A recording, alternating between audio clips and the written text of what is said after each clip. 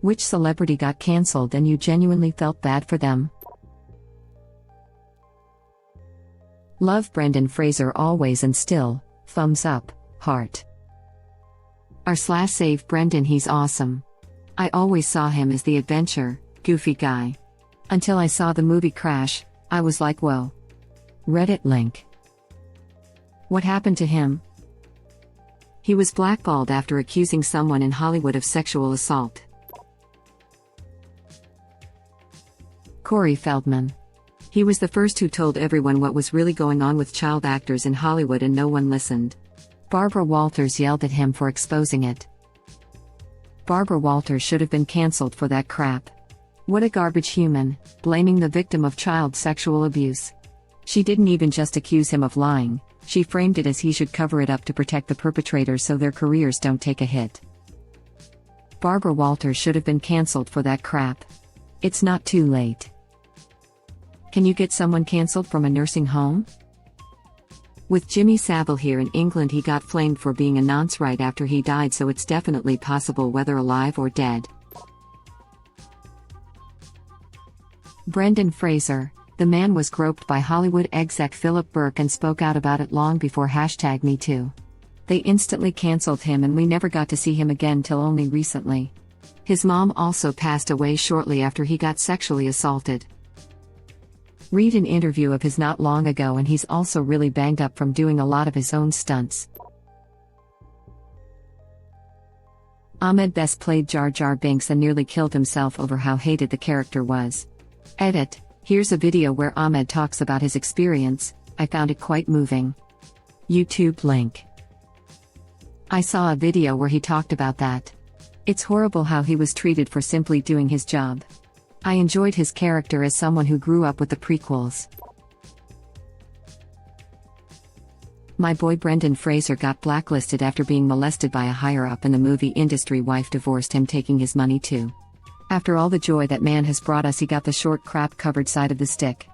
Edit. To all those who wish to know who did that to him, it was a man named Philip Burke, an ex-president of the Hollywood Foreign Press Associations. I wasn't aware of the sexual assault. When did that happen? I thought he has stopped working because of his divorce and alimony costing him damn near his whole fortune, on top of raising a special needs kid. He's starting to pick up more roles, though, which is always great to see. Back in 2003, he got groped by the president of the Hollywood Foreign Press Association. Damn, right at the top of his game too. And I'm sure that was intentional, made it more of a power move than anything else. Gross. Thanks for the info. Do you know their name? We should always name predators. Don't let them hide behind their temporary titles. r/save Brendan, Reddit link. Thank you. Just joined. Watching Doom Patrol gave me hope that Brendan will come back to us. I'm about to go watch Doom Patrol now because you said he was in it. I absolutely adore Brendan Fraser and I hate how he was effed over in Hollywood. Great effing show. Can I add Shelley Duvall to the list? Was in a string of great Robert Altman films in the 1970s, and did her own string of cable shows in the 1980s, Shelley Duvall's Fair Tale Theater, Tall Tales, and Legends, and Bedtime Stories. Also, she did a few musical albums, and even created some computer games in the 1990s, like A Bird's Life and A Dog's Life. There is way more to her than Wendy Torrani in The Shining. Now, she is completely forgotten, except when people call her crazy or something. She deserves way better in my opinion.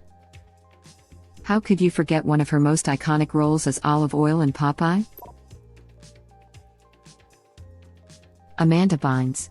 If you look into the reality of how creepy and awful Dan Schneider was, it all starts to make sense. Video about him, Amanda, and others. YouTube link. Amanda Bynes and all the child stars break my heart. They were so young when they came to stardom, not at all of their own accord, and just basically were cash cows. I'm never surprised when they are grown and exhibit unstable symptoms or disorderly conduct, because what else do they know? There should be a watchdog agency for abuse and or unhealthy environment for mental development for young actors and actresses in Hollywood and keep managers, agents, producers, directors and other actors accountable. Every year we hear about these horrible things happening to these people and nothing seems to be done to prevent it and protect them before it's too late. The only good thing for child stars is, at least on paper, their parents can't take the money they earn, thanks to the Coogan's Law. Basically, the first child actor made so much money he could have retired, but once he turned 18, he found out his parents spent it all behind his back and he was penniless. He went to court over it and it led to the founding of the Coogan's Law, which says that any money a child actor makes goes to a trust and neither they nor their parents can touch it until they turn 18. Well, Britney Spears' father managed to take the money and still does. #FreeBritney. And lost his case yesterday. I am rooting for Amanda Bynes. I have been to hell and back with bipolar disorder and it truly disrupts your life. But it's not everything. I can't imagine having paparazzi follow me and comment on my hair and weight like they do with Amanda. Being bipolar sucks so damn bad I'd never wish it even on my worst enemy. I'm finally stable after pretty much wasting all of my 20s. I'm 30 going on 31 this year. The fear of not knowing whether my current mood is legit or just another episode haunted me for so long. I was always afraid of feeling good or being happy because I didn't want to go into mania. I have burned so many bridges because of my stupid behavior. Same cycle of getting promoted/raise, then fired or quit. Getting A's and B's in class, then dropping or failing classes. Doing good relationship-wise, almost getting married, then just straight up lose interest of anything. I can't imagine having all that attention on you from stardom and how much worse it must affect their mood swings.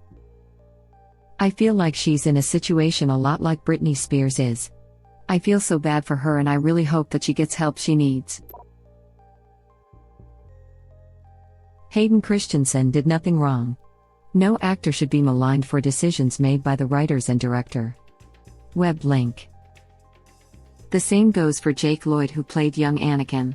Toxic fan culture ruined his life. You'd think starring in a big Hollywood movie would have made him the most popular kid in school, yet it did just the opposite. The bullying and media spotlight were too much to handle and he quit acting soon after. Now as an adult he's a diagnosed schizophrenic who can only rely on family for support.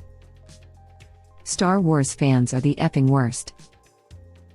No one hates Star Wars quite like Star Wars fans. I'll be watching his role in Kenobi with great interest. He was not particularly inspiring in the films I saw him in, but he had marked improvement from Attack of the Clones to Revenge of the Sith. With better dialogue and actual direction, I think he has a chance to match or exceed some of his better moments. Glad he's getting brought back in for the show. I think Hayden actually did a pretty good job with the script and direction he was given. Especially in Rots. His reaction to the news about Padme being pregnant gets made fun of, but I think it's actually a pretty realistic way for him to react. Agreed. He was doing much better in Sith. I like his scenes with Palpatine. Hayden comes off as a mouse seeking guidance from the cat, which happens a lot in life. Britney Spears. She didn't even get cancelled, she just had her reputation smeared all over primetime TV and then the courts decide that her reaction to being systematically erased from relevance was crazy. I was around middle school age when she had her breakdown, and I have clear memories of teachers I really respected and looked up to making fun of her shaving her head and stuff. It's amazing how little sympathy we as a whole has for victims and the mentally ill. That was the year around 10 girls in my grade 10 class shaved their heads. I was one of them. To be fair, there was plenty of demand for her Vegas shows and likely will be again whenever she is ready to perform again. I've been following this story for a while and read up/watched some docs on it recently. I see two issues at play. 1. Britney legitimately has some mental health issues. She has, of her own accord, sought treatment at times. That being said, we have to. Her current situation, despite her mental health trouble, is inappropriate and exploitive. Her father is using her bona fide mental health trouble to extend his control over her in an unwarranted manner. I would add the abuse of the paparazzi as well. I was surprised by the number of people following and harassing her at all times. Sometimes up to 200 people. Ashley Judd. Harvey Weinstein blacklisted her for years. She's an incredible actress in my opinion. Mira Sorvino, too. She went from one of the most in-demand actresses after winning her Oscar, to being completely blacklisted because Weinstein was telling anyone who'd listen that she was a diva and impossible to work with. When Peter Jackson was still making Lord of the Rings through Miramax, Weinstein told him not to hire Judd or Sorvino, and Jackson believed him. Even when the movies eventually moved to New Line Cinema, he still believed what Weinstein had told him, and wouldn't work with them. When #MeToo started snowballing, Jackson remembered what Weinstein had told him about the two and apologized to them for it. I went to a luncheon where Mira Sorvino talked about her experiences with Weinstein. It was horribly tragic and disturbing. He destroyed her career and she very nearly avoided being raped by him. It was heartbreaking to hear. He is a monster and horrendous person. Didn't Paul Sorvino put the fear of God in Weinstein when he heard about this? That's what I read. It's crazy seeing practically the whole Buffyverse coming out and denouncing Whedon as a predator now.